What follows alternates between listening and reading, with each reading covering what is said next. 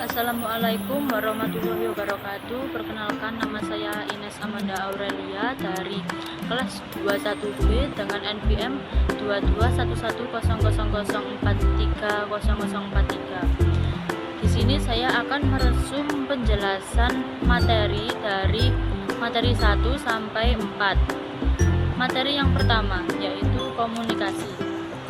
Yang dimaksud komunikasi adalah penyampaian atau penerimaan pesan atau informasi kepada dua orang atau lebih.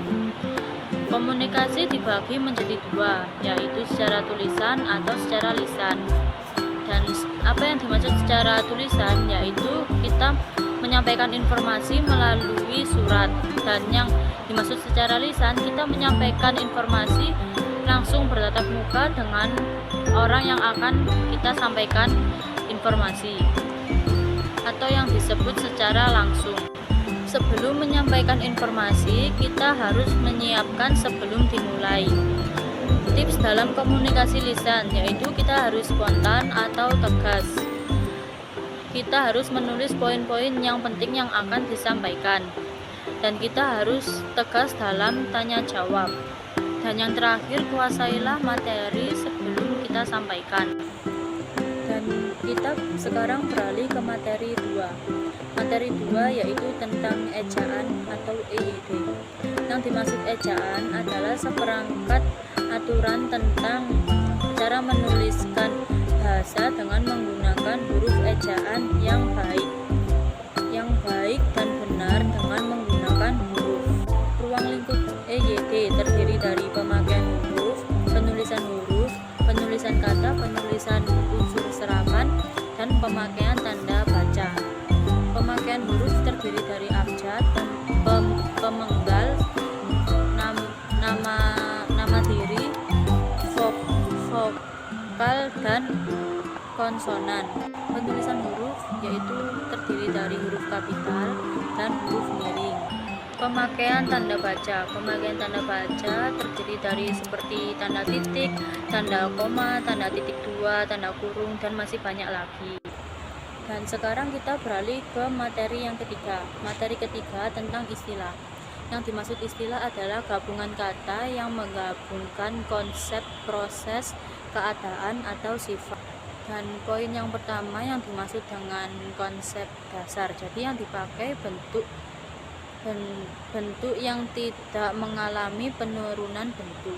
Yang kedua, imbuhan. Jadi imbuhan ini yang ditambahkan pada bentuk dasar. Kata berimbuhan. Jadi imbuhan ini yang terdiri dari kata bentuk atau dasar. Yang dimaksud istilah akronim adalah singkatan yang berupa gabungan huruf awal, huruf lambang, yaitu huruf yang melambangkan konsep dasar ilmiah. Dan yang terakhir kita beralih ke materi yang keempat. Materi yang keempat yaitu diksi. Jadi yang dimaksud diksi adalah pemilihan kata. Jadi maksudnya itu kita harus memilih kata yang tepat untuk menyatakan ide atau gagasan. Poin yang pertama yang dimaksud kamus. Kamus adalah sejenis rujukan dan mengenal kata untuk seseorang supaya mengenal perkataan baru. Berikutnya, ketepatan memilih kata. Kita harus bisa membedakan antara denotatif dan konotatif. Yang kedua, membedakan kata yang hampir bersinonim. Yang ketiga, membedakan kata yang hampir mirip ejaannya. Sebelumnya kita harus sudah memahami kata abstrak. Kita bisa memakai kata penghubung yang berpasangan secara tepat. Dan kita harus bisa membedakan kata umum dan kata khusus. Dan yang dimaksud kata umum adalah kata yang lebih luas dan dikenal oleh masyarakat. Sedangkan kata khusus, kata yang lebih kecil atau sempit. Kata yang berikutnya yaitu kata sinonim. Yang dimaksud sinonim adalah dua kata atau lebih yang pada asasnya mempunyai makna yang sama. Berikutnya kata yang berejaan mirip. Contohnya seperti bahwa, bawa, dan bawah. Poin berikutnya yaitu kata abstrak, sifatnya yang tidak nyata. Berikutnya ungkapan atau idiom biasanya yang dipakai secara kiasan yang disampaikan pada suatu kesempatan. Gaya bahasa yang biasanya sering disebut majas adalah cara penutur mengungkapkan. Dan yang terakhir adalah idiom, yaitu kata yang dijabarkan secara langsung.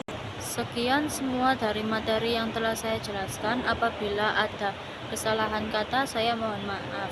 Wassalamualaikum warahmatullahi wabarakatuh.